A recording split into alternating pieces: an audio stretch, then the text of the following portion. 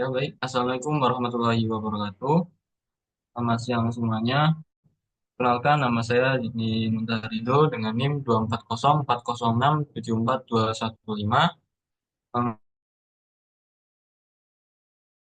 Di sini saya akan menjelaskan materi tentang bagaimana cara menangkal radikalisme, separatisme, dan terorisme di kalangan remaja melalui pendidikan Pancasila. Eh, Selanjutnya, untuk latar belakang permasalahan radikalisme, separatisme, dan terorisme menjadi ancaman serius bagi keutuhan bangsa Indonesia. Fenomena ini sering menyasar remaja sebagai target utama karena mereka dianggap lebih mudah dipengaruhi ideologi ekstrim. Kurangnya pemahaman tentang nilai-nilai Pancasila, toleransi, dan keberagaman menjadi salah satu pemicu tumbuhnya ideologi radikal di kalangan generasi muda.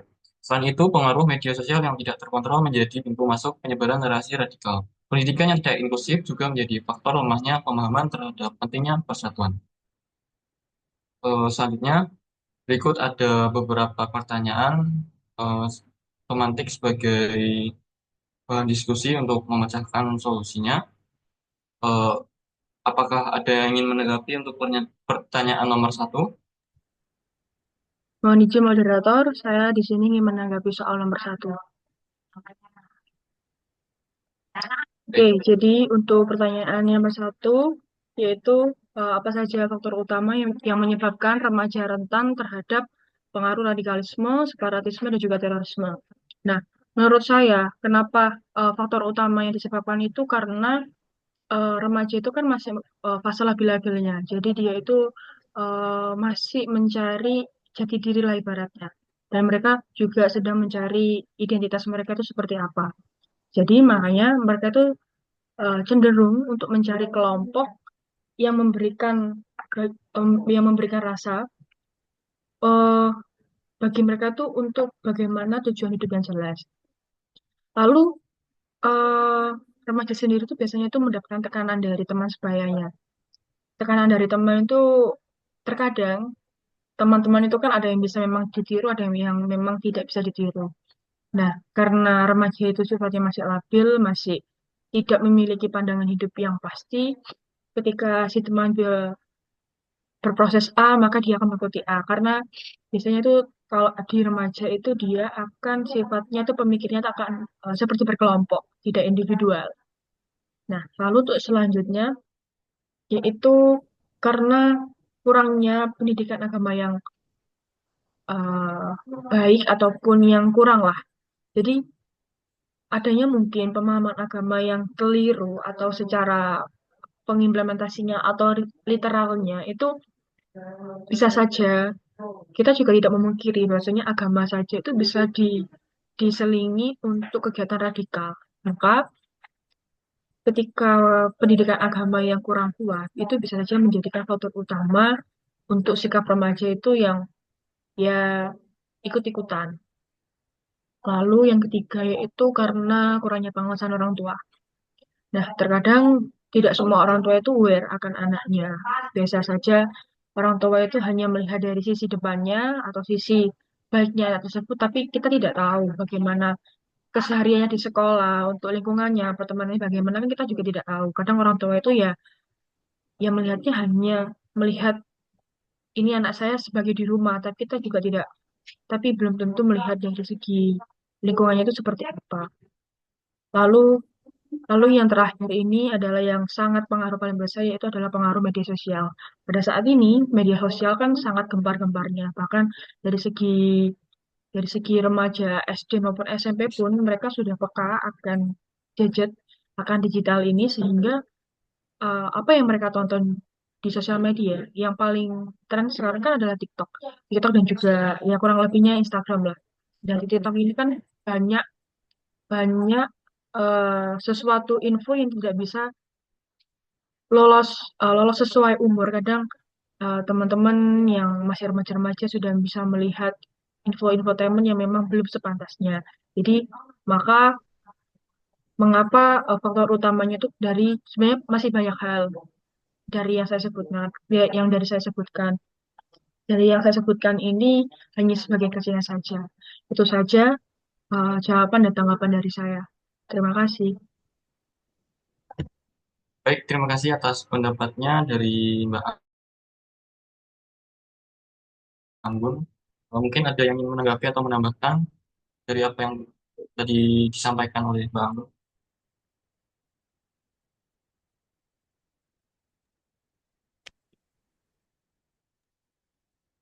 Mungkin di sini izin saya menanggapi jawabannya dari Mbak Indira. Sebelum itu perkenalkan nama saya Rafael Berino dengan NIM terakhir 246. Saya setuju dengan apa yang disampaikan oleh Mbak Indira tadi. Cuman memang ada yang agak sedikit krusial yang tentang adanya pengawasan orang tua. Kalau memang pengawasan orang tua itu penting dan dengan kondisi yang sekarang itu sebenarnya kita yang orang-orang yang mungkin sadar di mana itu kayak ya sikap dari dirinya kita yang seharusnya harus peka terhadap lingkungan. Peran orang tua sebenarnya penting, tapi kalau memang dari dirinya kita yang tidak peka terhadap lingkungan ataupun orang-orang yang radikal ataupun separatisme atau terorisme itu tadi itu sudah menyerang kita, tapi kalau kita sendiri yang tidak bisa lepas dari hal-hal itu ya tidak bisa.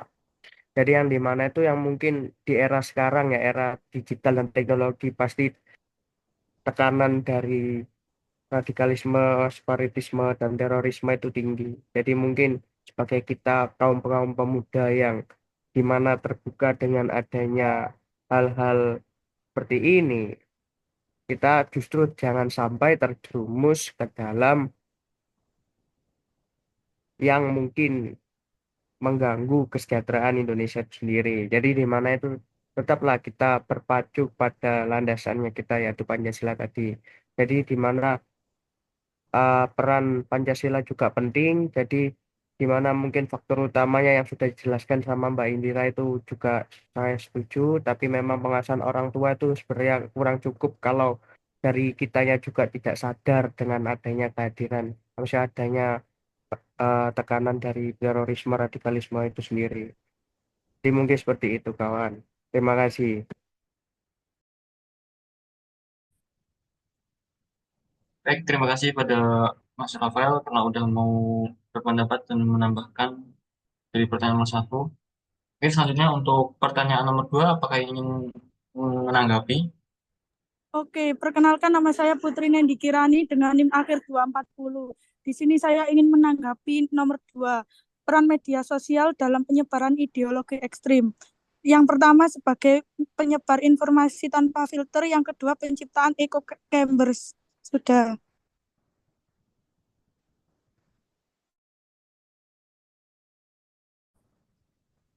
Mungkin ada yang menambahkan atau menanggapi dari pendapat Pak Putri ini? Baik, di sini saya ingin menambahkan tanggapan dari teman saya Rani.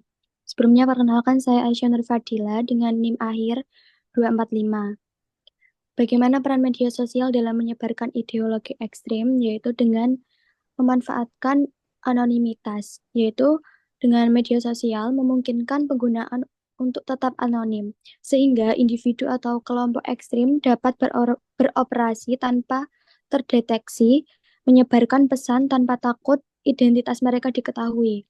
Kemudian yaitu dengan menggunakan disinformasi dan provokasi, yaitu kelompok ekstrim seringkali menyebarkan berita palsu, teori konspirasi, atau narasi provokatif untuk memanipulasi opini publik dan menciptakan polarisasi di masyarakat. Sudah, itu saja.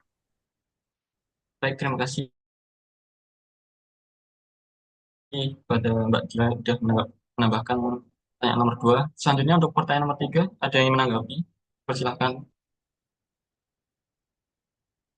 Baik, saya akan menanggapi pertanyaan nomor 3. Sebelumnya perkenalkan nama saya Adi Ratnarani Maharani Puspanegara dengan NIM akhir 250. Yaitu pertanyaannya kan strategi apa yang paling efektif untuk menangkal radikalisme di lingkungan kampus. Nah, menurut saya Strategi yang bisa diterapkan yaitu mengintegrasi nilai-nilai toleransi, kebangsaan, dan penghormatan terhadap keberagaman dalam kurikulum pendidikan. Selain itu, bisa memberikan edukasi tentang bahaya propaganda radikalisme di dunia maya. Mungkin itu saja. Terima kasih. Baik, terima kasih kepada Mbak Rara yang sudah mau menanggapi pertanyaan nomor 3. Selanjutnya ada yang ingin menambahkan dari untuk pertanyaan nomor 3. Saya izin menambahkan tanggapan dari Mbak Rara tadi. Sebelumnya, perkenalkan nama saya Dewi Arimbi Burhandani Piliang dengan NIM terakhir 243, yaitu mengarahkan remaja untuk lebih aktif dalam kegiatan olahraga, seni, budaya, atau komunitas yang membangun solidaritas dan semangat kebersamaan. Dan itu membuka ruang dialog untuk mendengar keluhan dan aspirasi remaja, sehingga mereka tidak merasa teralienasi. Baik, segitu saja. Terima kasih.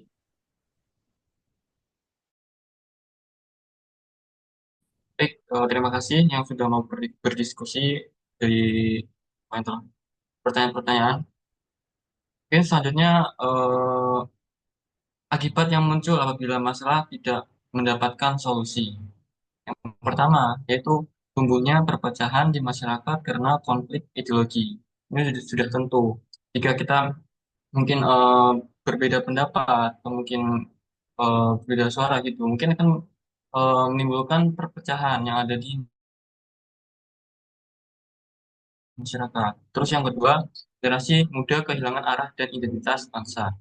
Terus yang ketiga, terorisme dan separatisme dapat memicu ketidakstabilan negara, baik dalam aspek keamanan maupun ekonomi. Terus selanjutnya tawaran solusi. Yang pertama yaitu pendidikan inklusif. Maksudnya yaitu eh, itu dapat meningkatkan kesadaran siswa dan mahasiswa tentang keberagaman melalui kurikulum berbasis toleransi dan nilai-nilai Pancasila. Terus selanjutnya yaitu keterlibatan masyarakat dan lembaga keagamaan. Di sini mungkin maksudnya yaitu memperkuat peran keluarga, komunitas, dan tokoh agama dalam menyampaikan pesan perdamaian dan cinta tanah air. Terus yang selanjutnya program anti radikalisme di kampus. Ini contohnya saja mungkin seperti mengadakan seminar, diskusi, dan pelatihan yang melibatkan mahasiswa untuk membahas bahaya radikalisme serta cara pencegahan. Terus selanjutnya yaitu melalui pengawasan media sosial. Mungkin itu bekerjasama dengan pemerintah untuk mengidentifikasi akun-akun penyebar paham ekstrim. Terus untuk penutup, eh, menangkal radikalisme, separatisme, dan terorisme bukanlah tugas satu pihak, melainkan tanggung jawab bersama.